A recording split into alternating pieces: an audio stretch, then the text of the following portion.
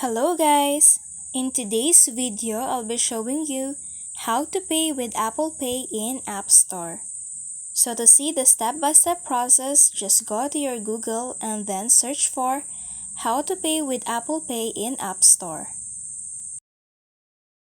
From here, select Make Purchases using Apple Pay. Here are the step-by-step process.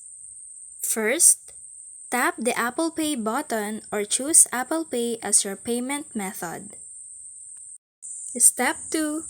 To pay with a different card, tap the Next button or the Expand menu button next to your default card. Step 3. If necessary, enter your billing, shipping, and contact information. And then step number 4. Confirm your payment. When your payment is successful, you'll see Done and a check mark on the screen. And that's it. Thank you for watching. Don't forget to like and subscribe.